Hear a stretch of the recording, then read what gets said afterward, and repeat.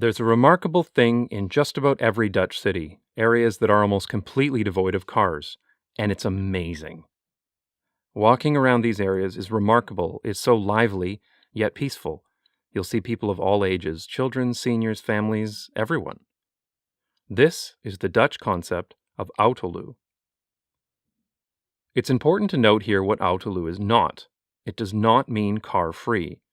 There's a different word for car-free in Dutch, autovrij, and despite what Google Translate might like to tell you, they're not the same thing. Some people translate autoluwe as low car or car light, but that's not quite right. David Hembrow, who writes the excellent blog A View from the Cycle Path, translates it as nearly car-free, which is probably the most accurate you're going to get.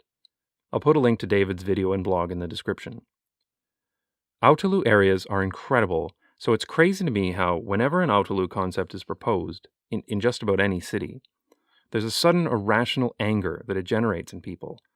You'll see claims that shops will go under, nobody will get anything delivered by truck ever again, people with reduced mobility will be left to rot in their houses, and buildings will burn to the ground because fire trucks can never get through.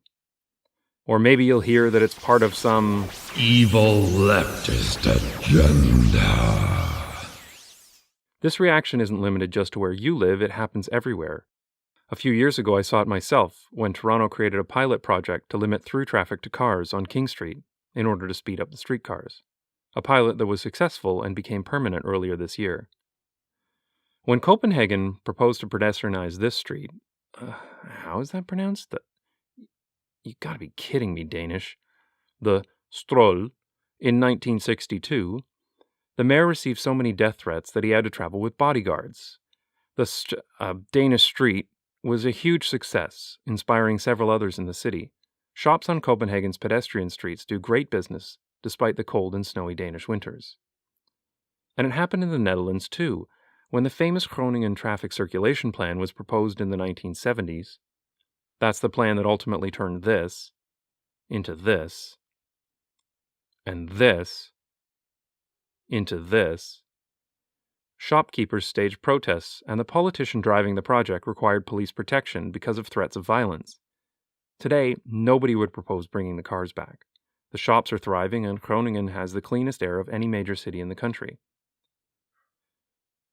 Thankfully, nowadays, most people in the Netherlands have become comfortable with the idea of autoluwe, and even expect it, at least in city centers. Once people experience the reality, they discover that the fear-mongering is untrue. In fact, it's literally the opposite. It's easier to get around the city because the streets aren't clogged with cars.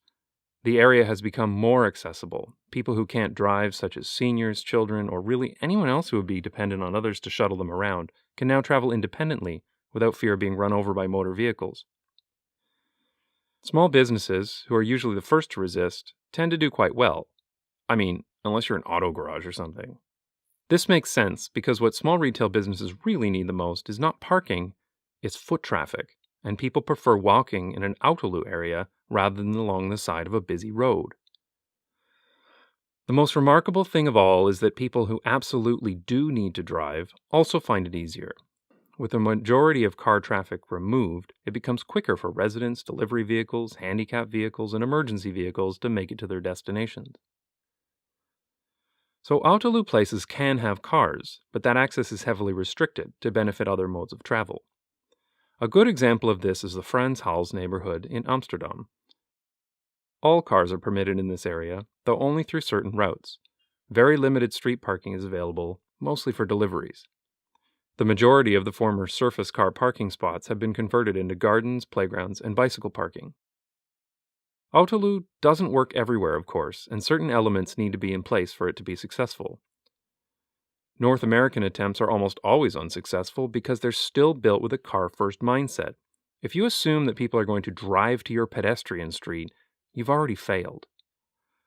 Autoluwe works best when you have a lot of people who are already in the area, places with a mixed use, providing shops, and houses, and offices, all within walking distance of each other. You'll find autoluwe in just about every city and town in the Netherlands, certainly in the city centers, but also in suburbs, like this one in Lent, a suburb of Nijmegen, or this one in Veenendaal West. Autoluwe is most easily applied to old neighborhoods those built before the car, but there's nothing stopping the concept from being used in new developments, and Amsterdam's Zuidas is an excellent example of this. Centered around a major train station, Zuidas is the financial district for Amsterdam. There are offices, shops, restaurants, cafes, and condo buildings all in one area. This would, in no way, be improved by allowing access to cars. Amsterdam wants to expand this concept significantly with the Agenda Amsterdam Autoluw, a plan to make large parts of Amsterdam nearly car-free. There are a lot of very interesting elements to this plan, but I'll talk about that in more detail in a future video.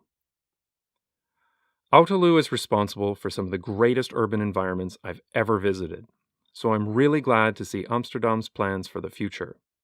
And hopefully, other cities will follow the same trend where possible. But I'd recommend, maybe skipping the whole death threats from shopkeepers part.